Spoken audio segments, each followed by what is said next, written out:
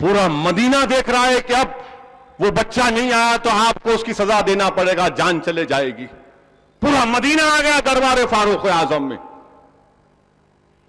اور مغرب کی اذان جیسے ہوئی، لوگوں نے دیکھا کہ اب تو ہو گیا. وہ بچہ دوڑ کے آ کہ میں آ گیا میں آ گیا میں آ گیا، بھاگ کے. کیا کہا بچے نے کہ میں آ گیا پکار کر میں آ گیا. فاروق اعظم نے کہا کہ بچے تو کیوں آیا، تو کیوں پلٹ کے آیا؟ تو بچے نے کہا اے فاروق اعظم، اگر ایک مسلمان وعدہ کرتا ہے اور اگر وعدے کو پورا نہیں کرے گا تو دنیا کہے گی کہ مسلمان وعدہ کر کے مکر جاتا ہے، اس لیے وعدہ نبھانے کے لیے آیا ہوں. وعدہ نبھانے کے لیے آیا ہوں، پلٹ کر آیا ہوں. جان دینا ہے نا تو آیا ہوں. فاروق اعظم نے حضرت ابوذر سے پوچھا کہ آپ نے کیوں اس بچے کی گارنٹی لی؟ تو صحابی رسول نے ارشاد فرمایا تم مجھ پہ الزام لگاتے ہو نا، ہم تمام پہ الزام لگاتے ہو کہ ہم کیا کر رہے ہیں کیوں کر رہے ہیں. سنو، یہ ہماری غلطی نہیں ہے بلکہ ہم کو سکھایا گیا. کیا پیغام دیا صحابی رسول نے؟ کہ فاروق اعظم عمر بن خطاب، اگر کوئی مسلمان مدد کو پکارے، اگر میں مدد نہ کروں اس کی تو اللہ کو کیا جواب دوں گا؟ میں کیا جواب دوں گا اس کو؟ اور جب یہ دو بچے دیکھ رہے تھے، یہ نظارہ دیکھ رہے تھے، یہ جواب سن رہے تھے کہ کہہ رہا ہے کہ اگر میں وعدہ سے مکر جاؤں گا، وعدہ خلافی کروں گا تو لوگ مسلمان کو کیا کہیں گے. دوسری طرف کہا جا رہا ہے کہ اگر کوئی مدد کو پکارے میں اس کی مدد نہ کروں تو اللہ کے پاس کیا جواب دوں گا. اسی لیے ہم لوگ چین تک پہنچے، فرانس کی سرزمین تک پہنچے. یہی ہماری عظمتوں کی نشانیاں تھی. میرے عزیز دوستو، وہ بچہ پلٹ کے آیا، وہ بچہ پلٹ کے آیا، وعدہ نبھایا. یہ واقعہ یاد رکھو، حالات میں یاد رکھو، جوڑو اس کو، سوچو، دماغ پہ زور ڈالو کہ کیا بول رہے اسد الدین. سوچو، میں تم کو دعوت فکر دے رہا ہوں، میں تم کو دعوت فکر دے رہا ہوں. عقل مند کو اشارہ کافی ہے.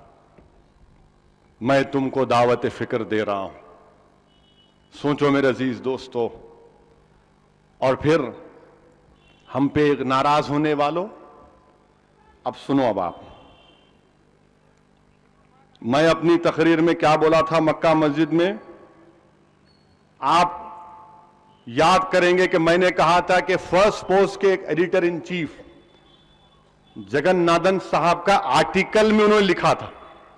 بولا تھا میں؟ ذرا زور سے بولو، ذرا ریکارڈنگ میں آنا نا ان کے. اب جگن نادن صاحب ایک اور آرٹیکل لکھے آج 25 جولائی کو فرسٹ پوسٹ میں. تھوڑا ٹائم لیتا ہوں، ترجمہ کرتا ہوں. میں ٹرانسلیشن کا ایکسپرٹ تو نہیں ہوں، کوشش کرتا ہوں. انگریزی اتنا نہیں آتی میرے کو. اپن یہ ہے نا. تو مسٹر جگن نادن نے لکھا It would be a national tragedy of epic proportions and a significant miscarriage of justice if Yaqub Memon hangs for his role in 93 Mumbai blast. یہ ان کا ہے. ترجمہ کیا ہے کہ یہ قومی سانحہ ہوگا. نیشنل میرے الفاظ نہیں ہے. دیکھو سنجے تیواری، ہمارے اے این آئی والوں، میرے الفاظ نہیں ہیں. بول دینا ان لوگوں تو انہوں بولے انہوں بولے انہوں بولے انہوں بولے، سب میں بول رہا ہوں. کوئی بول رہا ہی نہیں، گونگے ہو گئے پورے، منہ میں زبان ہی نہیں ہے کس کے. کیا کہا Mr Jagan? It will be a national tragedy of epic proportions. قومی سانحہ ہوگا. یہ انگریزی کے صحیح تھوڑے قریب الفاظ ہے. اگر یعقوب میمن کو اس کی سزا دیں گے 93 میں، میرے نہیں ہے، میرے نہیں ہے، انہوں بول رہے، میرے کو بھی اچھا لگ رہا. میں اگری کر رہا ہوں، جرم ہے. یہ آرٹیکل میں کہا. اب سیکنڈ پیراگراف میں انہوں بولتے کہ فیکٹس ناؤ ایمرجنگ اور re emerging in the public domain show how badly the legal system has failed in Memon's case. First paragraph کے 3 لائن، نئے نئے فیکٹس، نئے نئے ثبوت سامنے آ رہے عوام میں، پبلک ڈومین میں، اور یہ بتا رہے کہ لیگل سسٹم کیسا اس کیس میں فیل ہوا. انہوں غدار ہے، انہوں ٹیررسٹ ہے. اب بولو کیا بولتے ہیں ٹی وی والے، بولو تم کہ جگن ناتھن غدار ہے کیا؟ اسد الدین اویسی کے زبان سے نکلا ہوا لفظ مخالفین کو غداری کی بو آتی نہیں. میرے دوست، ہندوستان ہمارا ہے، ہمارا تھا اور رہے گا. یہ ہمارے باپ کی سرزمین ہے. کوئی اگر کہے گا کہ نہیں ہماری ماں کی ہے تو ہم بولیں گے ہمارے باپ کی بھی ہے. کیسا باپ کی ہے؟ تو بابا آدم یہیں پر آئے، ابا آدم. ابا آدم دنیا میں قدم رکھے تو ہندوستان میں رکھے. تو ابا کے سرزمین پر ابا کی جائیداد میں کوئی انگلی کر سکتا؟ آپ سامنے آ جاتے، کیوں میرے باپ کی جگہ آئی ہے، کیا سمجھا؟ ہمارے باپ کا ملک ہے یہ جگن ناتھن صاحب نے لکھا. پھر کہا ایک لیٹر بی رامن صاحب نے. بی رامن کون تھے؟ انٹیلیجنس کے چیف تھے. ہندوستان کی جو ایکسٹرنل ایجنسی را ہے، RAW، research and analysis wing کے پاکستانی ڈیسک کے انچارج تھے رامن صاحب مرحوم. اور وہ یہ بمبئی کے بلاسٹ کے انویسٹیگیشن میں بہت بڑا ادا کیا. اتنا بڑا ادا کیا کہ رامن صاحب نے اپنے آرٹیکل میں لکھا کہ اس وقت کے وزیر اعظم نرسمہا راؤ نے ان کو شاباشی دی، کا اچھا کام کیا. تو رامن صاحب کا لیٹر چھپا. رامن صاحب نے کیا لکھا کہ یقیناً میمن فیملی کے لوگ بم بلاسٹ میں ملوث تھے، میں بھی مانتا ہوں تھے. ٹائیگر میمن، ایوب میمن ملوث تھے، میں بھی مانتا ہوں. پھر اس میں یہ بھی لکھتے کہ پھانسی کی سزا the Maimons who deserve to be hanged are Tiger and Ayub, who are still in Pakistan as ISI protectees. Yes, we also agree. اور بولتے کہ یہ اصل سرغنے تھے ٹائیگر اور ایوب، انہوں نے ممبئی کا بلاسٹ کیا. بالکل. اور یعقوب جو تھا وہ بھائیوں کے ساتھ آ گیا. ہوں گا مگر بڑا رول ان لوگوں کا. یہ رامن صاحب. اور یہ بھی لکھتے he was not the man who should deserve the maximum punishment for the suffering of those who died in the 93 blast. کہ میکزیمم پنشمنٹ یعقوب کو نہیں ملنا تھا. رامن صاحب لکھ رہے میرے بھائی اب میں کیا بولوں.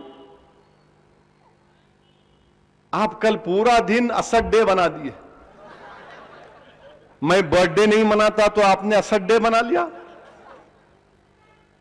ہم کیک نہیں کاٹتے تو آپ کیا میرے کو کاٹنے چلے؟ نہیں کاٹ سکتے میرے کو، میں کیک نہیں ہوں. میں سالار کی پیروں کے پاس بیٹھ کے سیاست سکھا ہوں. میں روز اللہ سے بھیک مانگنے والا ہوں. تو تھوڑا بہت تو ہیلپ آ جاتی اپنے کو.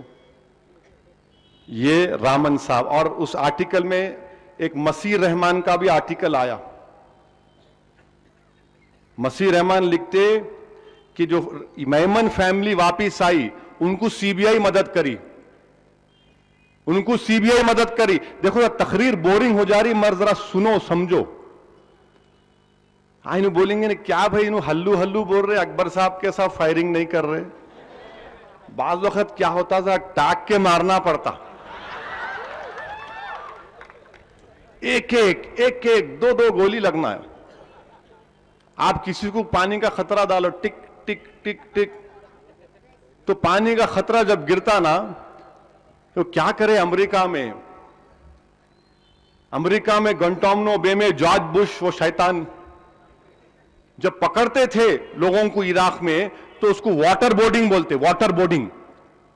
منہ پہ پٹا لگا کے اوپر سے پانی ڈالتے. سوچو آپ کتنی تکلیف ہوتی. میں وہ تو نہیں کر رہا ہوں, ہلو ہلو الفاظ بول رہا ہوں, ہلو ہلو. اب لوگ آپ اتر پردیش کے میری تقریر سن کے پوچھیں گے ہلو ہلو کیا ہے؟ سلو سلو, دھیرے دھیرے. تو دھیرے دھیرے یہ ہے کہ سی بی آئی ان کی مدد کی, فیملی کی, وہ ہندوستان کو واپس آئے. کہ یقیناً ان کے دل میں غصہ تھا, فیملی میں ڈر تھا کہ ملک چھوڑ کے پاکستان بھاگ گئے بول کے, اس لیے واپس آئے اور اس امید پر آئے کہ ہندوستان کا قانون ان سے انصاف کرے گا. یہ آرٹیکل میں لکھ رہے. اور یعقوب نے پورا ایویڈنس دیا کہ پاکستان ملوث تھا اس بم بلاسٹ میں. پورا اسلحہ پاکستان سے آیا, پورا آر ڈی ایکس پاکستان سے آیا, پورا یعقوب نے دیا. پورے ویڈیوز بنا کے دیے کہ دیکھو یہ ہے, یہ اس میں لکھ رہے انہوں. اور وہ جو اخبار کے ایڈیٹر رپورٹر مسیح رحمان یہاں تک لکھتے کہ جب ٹائیگر میمن کے والد کو معلوم ہوا کہ ان کا بیٹا بم بلاسٹ کیا, پاکستان کی مدد کیا, تو والد نے اپنے بیٹے کو پیٹا, مارا خوب کہ تو نے کیسا معصوم لوگوں کی جان لی, کیسا تو پاکستان کا شکار ہو گیا. یہ آرٹیکل میں لکھا ہوا ہے. اور پھر یہ بھی لکھتے انہوں آرٹیکل میں کہ اگر یہ ہوگا تو یہ ہم اس حرکت سے صرف آئی ایس آئی کو خوش کریں گے. یہ جگنادھم صاحب کا آرٹیکل ہے. اب بتائیے, یاد رکھو ہمارے ساتھ ہمارے ہندو بھائی بھی ہیں جو ناانصاف کا مطالبہ کر رہے ہیں. ہمارے ساتھ ہمارے دلت بھائی بھی ہیں. یہ لڑائی ہم کو سب کو ساتھ مل کر لڑنی چاہیے انصاف کی. اگر کوئی مخالف مجلس کو یا میرے سے دشمنی جس کو اگر یہ کہے گا کہ تم خالی اس کی بات کر رہے, میں تم سے وعدہ کر رہا ہوں خدا کی قسم, اگر کوئی رامنو سے بھی ناانصافی ہوگی تو سعود الدین اویسی لڑے گا اکیلا اس کے لیے انشاءاللہ تعالی. میں فرق نہیں کروں گا. انصاف اگر کرنا ہے تو اللہ ہم سے کہہ رہا ہے کہ انصاف کرو. اللہ دنیا سے فرما رہا ہے, مسلمانوں سے نہیں فرما رہا کہ انصاف کرو. یہ انصاف کرنا ہے میرے عزیز دوستو, مذہب کو دیکھ کر نہیں, انصاف کرنا ہے. انصاف ہونا ضروری ہے. اور پھر جگناتھ صاحب غیر ضروری کے میرے کو پریشان کر دیے. جگناتھ صاحب کیا لکھے کہ بڑا ثانیہ ہوگا اگر خالی ایک سیاستدان, وہ بھی مسلم سیاستدان, اسد الدین اویسی ایم آئی ایم کا, اگر وہ اس کی تائید کرے گا تو بڑا ثانیہ ہوگا. تمام سیکولر پارٹیاں کیوں خاموش بیٹھی ہوئی. یہ جگناتھ صاحب کا ہے. یہ جگناتھ صاحب لکھ رہے ہیں. اب کیا یہ ان کے اوپر بلائیں گے ٹی وی چینل پہ ان کو؟ کل ان کو بلانا, میں نہیں آنے والا ہوں. اب میں نہیں آتا, بہت ہو گیا. کل 8 گھنٹے 9.5 گھنٹے یہاں سے زی ٹی وی کے پرساد بوسکر بول رہے وہاں چلے جاؤ, سنجے تیواری بول رہے وہاں جاؤ, آج تک کون نے بول رہا ہوں وہاں پہنچ جاؤ. میں بولا کیا تو بھی ہے کہ ٹینس کا بال ہوں, یہاں سے وہاں جانے کو. بھوکا صبح سے لے کے رات تک. نماز ہم پڑھ رہے ٹی وی اسٹوڈیو میں. ملا چلو اچھا ہے, ٹی وی اسٹوڈیو میں نماز پڑھ رہے اپن. ہیڈ لائن اسٹوڈیو کے ٹی وی اسٹوڈیو میں بولا مغرب پڑھنا ہے میرے کو. بولے پڑھیے. میں اللہ اکبر. ملا چلو آپ کی سرزمین اچھی ہو گئی. کیا کریں گے؟ میں بولا تھوڑا پانی تو پلا دو. مگر میرے عزیز دوستو یہ ہو رہا ہے. اب فیصلہ آپ کر لیجئے, فیصلہ حکومت کو کرنا ہے. ہم عدالت کے فیصلے کو مانتے میرے بھائی, کیوں نہیں مانیں گے عدالت کے فیصلے کو؟ مگر ہم کیا بول رہے؟ ہم یہ بول رہے, پھر سے دوہرا رہا ہوں, ٹی وی والوں کی بینیفٹ کے لیے دوہرا رہا ہوں, کلیئرٹی کے لیے, میں کیا کہہ رہا ہوں؟ کیا یہ بات جھوٹ ہے کہ پنجاب کے موجودہ چیف منسٹر سردار پرکاش سنگھ بادل صاحب اس وقت کے صدر جمہوریہ محترمہ پرتیبھا پاٹل کے پاس جا کر بین سنگھ کے قاتل کے لیے لینینسی کی اپیل کرے نہیں کرے؟ کیوں کرے اگر وہ قاتل ہے؟ سٹنگ چیف منسٹر کو مارا ہو بین سنگھ کو، مگر سٹنگ چیف منسٹر اب کا جا کے صدر جمہوریہ سے کہتا ہے کہ بین سنگھ کے قاتل کو معاف کر دو، راجونا کو معاف کر دو۔ وہ اینٹی نیشنل نہیں ہے، اسد الدین اویسی اینٹی نیشنل ہے۔ اچھا، انہوں دودھ کے دھلے ہوئے ہیں۔ یاد رکھو یہ تمہارا انصاف صحیح نہیں ہے۔ سٹنگ چیف منسٹر کو مار دیے، آپ مدد کر رہے۔ تامل ناڈو کی موجودہ چیف منسٹر کے پاس ہندو اخبار کی تصویر اٹھا کر دیکھو کہ ایک راجیو گاندھی کا قاتل ہے، ان کی ماں موجودہ چیف منسٹر سے نمستے کر کے بولی میرے بچے کو بچا لو۔ اگر اس جگہ پر اسد الدین کی فوٹو ہوتی تو مجھے گولی مار دیتا کوئی اب تک، کہ کیسا تم تائید کرو اس کی۔ یہ تمہارا انصاف غلط ہے۔ تم قاتلوں کی تائید کرو گے، تم دہشت گردوں کی جا کر تائید کرو گے۔ میں صرف یہ کہہ رہا ہوں انصاف کرو تو تم مجھے کٹہرے میں کھڑا کر دیتے۔ اور یاد رکھو یہ میری آواز نہیں ہے، ہندوستان کے انصاف پسند ہندو بھائیوں کی آواز ہے، یہ ہندوستان کے انصاف پسند دلت بھائیوں کی آواز ہے، یہ ہندوستان کے انصاف پسند مسلمانوں کی آواز ہے۔ انصاف کرو۔ اگر وہ کرے تو آل رائٹ، ہم کرے تو not good. What is this? This is not good. آپ کریں گے تو بہت اچھا، ہم کریں گے تو ناٹ گڈ۔ کیسا کرے؟ You are an M P ہو بھائی، اب بھی معلوم ہے میرے کو ایم پی ہو بول کے، آپ ووٹ نہیں ڈالے ایسے ہی بن گیا میں۔ آپ اتنے پڑھے لکھے، ملا ہو اب بھی معلوم ہوا میں، میرے کو بیرسٹر کی ڈگری ہے، بھول گیا تھا میں، غفلا ہوں، بھول گیا تھا، آپ یاد دلائے تو یاد آ گیا میرے کو، تھینک یو۔ آپ اتنا اچھا بولتے ہو، پر آجی سکھا، اب تک ہجے کر رہا تھا میں۔ کیا بات ہے، کیا مذاق ہو رہا ہے، یہ ٹھیک نہیں ہے۔ یقیناً ہم کورٹ کے فیصلے کو مانیں گے۔ کیوں نہیں مانتے کورٹ کے فیصلے کو؟ نہیں مانتے، مانے نا، اس لیے بولے بابری مسجد کا فیصلہ سپریم کورٹ جو کریں گی قبول ہے۔ بولے نہیں بولے ہم لوگ؟ بولے ہم کورٹ کے فیصلے کو کیوں نہیں مانیں گے؟ مگر سیاسی جماعتیں جو ناٹک کر رہی ہیں، پولیٹیکل پارٹیاں، یہ ناٹک ہو رہا ہے۔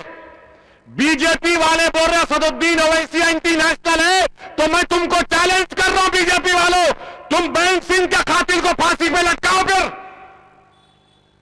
اگر میں جھوٹ بول رہا ہوں تو تم کو چیلنج کر رہا ہوں، تم پنجاب میں بی جے پی کے ساتھ پاور میں ہو یا نہیں ہو، تم ٹیررزم کی زیرو پالیسی تمہارے پاس اگر ہے تو پروف کرو اس کو۔ ہاں میں تمہارے لیے خراب ہوں، مانتا ہوں، دنیا کا سب سے خطرناک بدترین گناہگار میں ہوں، تم سب سے اچھے ہو نا، تو کر دو پھر۔ نہیں کریں گے۔ کانگریس والے ہم پہ بھی بول رہے، کانگریس کے ایک لیڈر کشمیر کے، نام نہیں لیتا، بڑے آدمی ہے بہت، چڑ جائیں گے انہوں بولے دیکھو وہ اسی کمیونلزم کرتے، یہ بھید بھاؤ کی پالیٹکس کرتے، کیا ہے ان کا؟ آپ الیکشن ہارے میری وجہ سے، بی جے پی جیتی وہاں پہ میری وجہ سے۔ بھائی صاحب بی جے پی کا غصہ بی جے پی بھی نکالو، ہمارا طرف کئی کو آ رہے، کدھر آ رہے آپ؟ نہیں انہوں کرے تو کیا آپ مدد کیوں نہیں کرتے؟ انصاف کا کم سے کم مطالبہ کرو۔ نہیں بولیں گے ووٹ بینک ہے نا، ووٹ بینک ہے، ووٹ بینک نہیں بولتے، بھولیں گے تو ناراض ہو جائیں گے لوگ، ووٹ بینک ہے.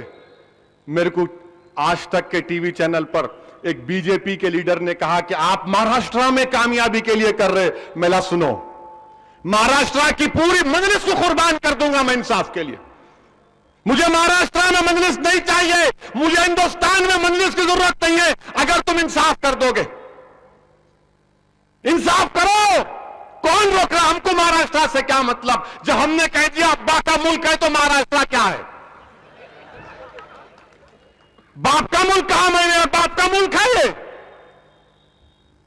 انصاف کرو. آپ غلطیاں آپ کر رہے ہیں، آپ ہم کو بتا رہے ہیں، سکھا رہے ہیں. یہ تو ہمارے کو کیا معلوم تھا؟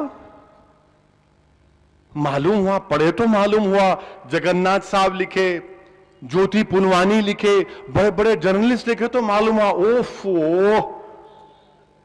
ہم خامخواہ سمجھ رہے تھے اپن ہی پریشان، غلطی میں انہوں بہت بڑے غلطی میں. یہ کام ہو رہا ہے. ہم آپ سے یہی کہہ رہے ہیں کہ دیکھو اس جانب. اور اگر کوئی یہ بول رہا ہے کہ وہ جو 250 لوگ مرے آپ ان کی تکلیف کو نہیں دیکھ رہے، جھوٹ بول رہے آپ. میرا تعلق اس دین سے ہے اور فخر کے ساتھ کہتا ہوں کہ میرا تعلق اس دین سے ہے جس نے ساری دنیا کو پیغام دیا کہ ایک معصوم انسان کو مارنا سارے انسانیت کو مارنے کے برابر. جب میں اس دین کو ماننے والا کیسے ان لوگوں کے مرنے پر ان کی شہادت کو بھول جاؤں گا؟ مجھے یاد ہے 250 لوگوں کی شہادت، اس میں مسلمان بھی مرے بام بلاس میں. ہم ان کے مرنے کو ڈیگریڈ نہیں کر رہے، ہم آپ سے کہہ رہے ہیں دیکھو تمہارے ایگزامپلز کو سامنے رکھ رہا ہوں. جب 250 لوگوں کی مرنے کی بات کر رہے ہیں تو پھر دسمبر 92 میں، جنوری 93 میں 1000 لوگ مرے جس میں 550 مسلمان اور 400 کے قریب ہمارے ہندو بھائی تھے. ان سے انصاف نہیں کریں گے آپ؟ ان کا کلوزر نہیں ہوگا؟ بتاؤ ان کا کلوزر کیا ہوگا پھر؟ اور پھر آپ بولتے بھول جاؤ نا، کب تک یاد رکھیں گے؟ ارے ہندوستان آگے بڑھ گیا، ایسپریشنل انڈیا ہے. مسٹر اویسی آپ کب تک بابری مسجد کو یاد کرتے؟ ایک نیا جنریشن سامنے آ گیا، ان کے امیدوں پر آپ ان کو پورا کرو. یہ نئے جنریشن کو ڈیولپمنٹ دکھاؤ، یہ نئے جنریشن کو وہاں پر لے کر جاؤ. میں ان سے کہوں گا نیا جنریشن میں اتنی طاقت ہے کہ وہ اپنا راستہ خود بنائیں گے انشاءاللہ تعالی. نیا جنریشن اتنا طاقتور ہے. یہ سوشل میڈیا، یوٹیوب، فیس بک کا جنریشن ہے. اللہ ان کو ہم سکھائیں گے، ان سے ہم سیکھ رہے. نہیں، بابری مسجد کو بھول جانا کہتے. کیوں بھولیں گے؟ سری کرشنا کمیشن نے کہا کہ بابری مسجد اوریجنل سن ہے.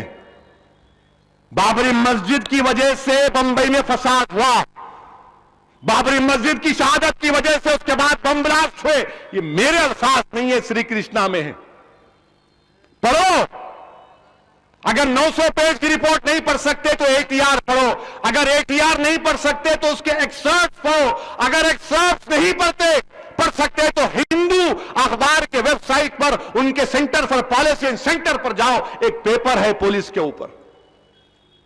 بابری مسجد کو شہید کرنے والوں پر جو الزام ہے، جس میں اڈوانی ہے، ابھی تک کھلا پھر رہے ہیں یوں کرتے ہوئے، کھلا پھر رہے. بابری مسجد کا کیا ہوا؟ ڈپٹی ہوم منسٹر بن گئے انہوں. پھر اس کے بعد ان کو بولے نہیں، اتنے پہ نہیں چلے گا معاملہ. ان کو ہندوستان کا سویلین آنر دے دیے. کیا دیے؟ پدما وبھوشن. کیا دیے جعفری صاحب؟ پدما وبھوشن. بہرحال بہت بڑا سویلین آنر دے دی. میرے بھائی، اگر میرے پہ ایک الزام رہا، کورٹ کیس رہا، میرا پاسپورٹ نہیں بنتا. پاسپورٹ بنتا آپ کا کرمنل کیس ہے تو. اچھا، جس کا عمرے کو جانا ہے اس کو کورٹ سے پرمیشن لانا پڑتا پاسپورٹ آفیسر کے نام پہ.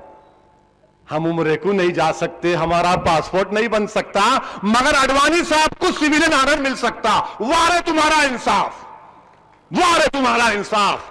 سبحان اللہ. واہ کیا انصاف ہے آپ کا کہ ہمارا پاسپورٹ نہیں بن سکتا، کسی ہندوستانی کا پاسپورٹ نہیں بن سکتا اگر کرمنل کیس ہے، مگر آپ اگر بابری مسجد کے ایکیوز ہیں تو آپ کو آنر مل سکتا. یہی بول رہے ہیں نا آپ، یہی تو کہہ رہے ہیں آپ. ارے کیس چلاتے 1992 6 دسمبر کو بابری مسجد شہید ہوئی، 2002 چلا گیا، 2015 میں آ گئے، اب 23 سال کب تک ہوں گا بھائی؟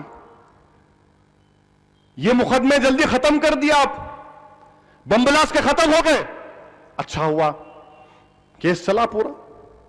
مگر یہ چل رہا، بھی دیکھیں گے، کل دیکھیں گے، پرسوں دیکھیں گے. یہ حیدرآباد کا پرسوں ہوگا، پرسوں بات کریں گے بولتے نا اپن، وہ پرسوں آتا ہی نہیں. پھر چل رہا قصہ. یہ بتائیے انصاف ہے کیا؟ یہ انصاف نہیں ہو سکتا. اور پھر مایا کوڈنانی، بابو بجرنگی، 92 لوگوں کے قتل کے الزام میں ٹرائل کورٹ، گجرات کی ٹرائل کورٹ نے کہا کہ بابو بجرنگی اور سابقہ منسٹر مایا کوڈنانی کو لائف کی سزا دیں گے. تو پراسیکیوشن نے کہا کہ ہم پھانسی کی سزا کا مطالبہ کرنا چاہ رہے. تو اس وقت کے چیف منسٹر مسٹر مودی نے کہا اب جو مسٹر پرائم منسٹر اپیل مت کرو، لائف پہ چڑھیں دو. 92 لوگوں کو مارے تو کیا پھانسی نہیں ملنا؟ کب ملنا پھر پھانسی؟ پھر کب ملنا؟ اپیل نہیں کرتے آپ. بتاؤ یہ کتنے آپ کے ناانصافیوں کے کہانیوں کو رکھوں گا. مجھے آج کسی نے کہا کہ دلی کے سڑکوں پر سکھوں کو مارنے والا ایک شخص جس کے اوپر کورٹ نے کہا اس کو 4 مرتبہ پھانسی دینا، بعد میں اس کو لائف میں کمیوٹ کر دیا گیا. کیا گزرتی ہوگی ان سکھوں کے اوپر جن کے دلی کے روڈوں پر جن کے خون سے ہولی کھیلی گئی ہوگی، اسے کیا محسوس کرتے ہوں گے؟ بتائیے آپ، یہ انصاف ہے آپ کا؟ جب ہم یہ باتیں کرتے ہو بولتے کیوں بولتے ہو تم سب باتیں؟ یہ دوسرا نہیں ہے تمہارے کو، خالی ہندو مسلم، خالی ہندو مسلم، خالی ہندو مسلم. ارے میرے بھائی، بابری مسجد ہندو مسلمان، یہ مسلمان کا ایشو نہیں ہے، یہ انصاف کا مسئلہ ہے. بابری مسجد انصاف کا مسئلہ ہے. مایا کوڈنانی، بابو بجرنگی کو پھانسی ملنا انصاف کا مسئلہ ہے. دلی کے سڑکوں پر سکھوں کو مارنے والوں کو پھانسی پہ لٹکانا انصاف کا مسئلہ ہے.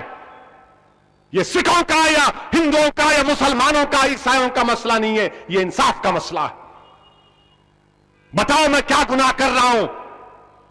نہیں، تمہاری زبان کڑوی، تم ایسا بولتے تو سنو، میں کوئی گانے والا نہیں ہوں گا کے تمہارے کان خوش کروں گا.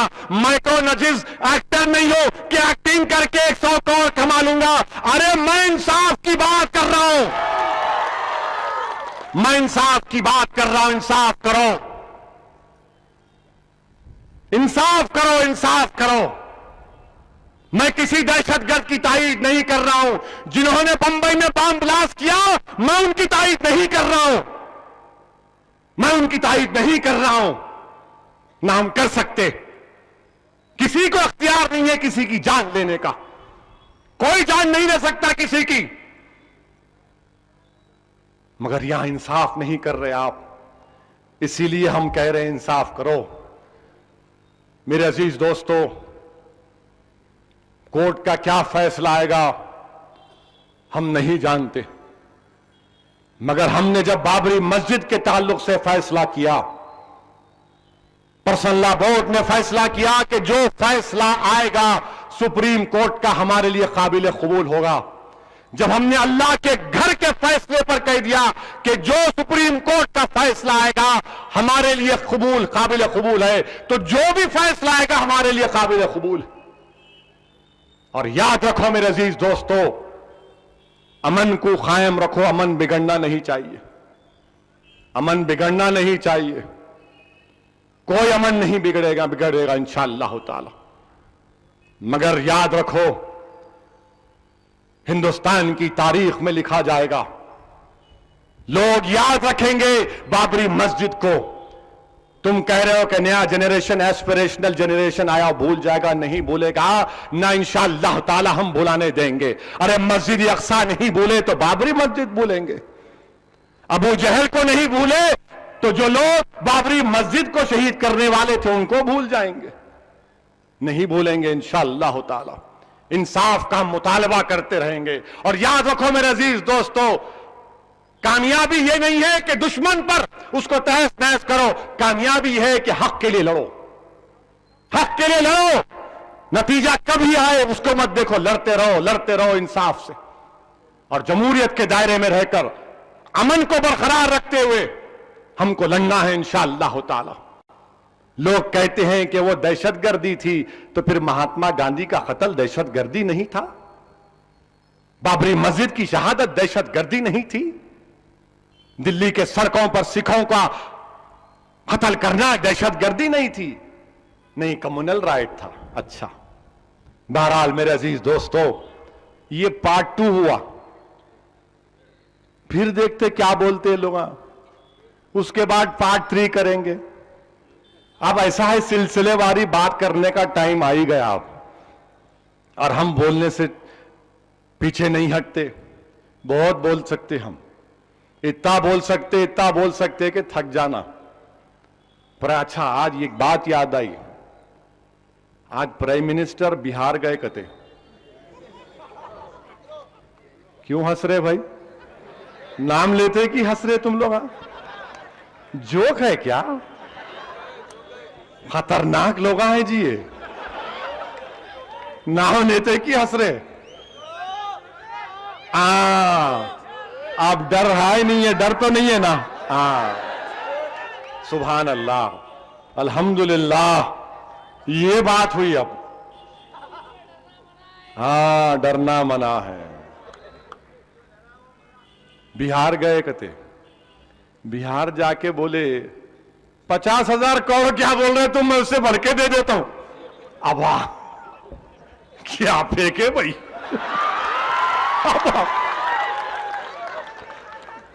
50,000 کو اس سے بڑھ کے دے دیتا ہوں میں؟ پہلا ایسا کروں کیا ہے بھائی، 50,000 کروڑ دے دیتا ہوں میں، اس سے بڑھ کے دے دیتا ہوں۔ کیا بات ہے، اکانومی گرو نہیں ہو رہی، کسان خودکشی کر رہے ودربھا میں۔ پوچھو امتیاز جلیل سے، آپ ودربھا سے ہٹ کے مرٹھواڑا میں آگے، پونا میں کتنے 1200 کسان، 6 مہینے میں 1200 کسان خودکشی کر رہے۔ کرناٹکا میں ہم ان کو آنے نہیں دے رہے، ہم جاتے کہ وہاں بولے نہیں آنا، وہاں بھی کسان خودکشی کر رہے۔ تو پرائم منسٹر صاحب 50,000 کروڑ کہاں سے لائیں گے آپ؟ تو پرائم منسٹر بولے 50,000 سے بڑھ کے دینے والا ہوں میں بولا کہاں سے لاتے بھائی، علاؤدین کا چراغ ایسا گھسے تو نکلتا کیا؟ ایسا گھسے تو نکلتے کہ پیسے ڈگ گر رہے؟ 50,000 کروڑ دیتے کہتے۔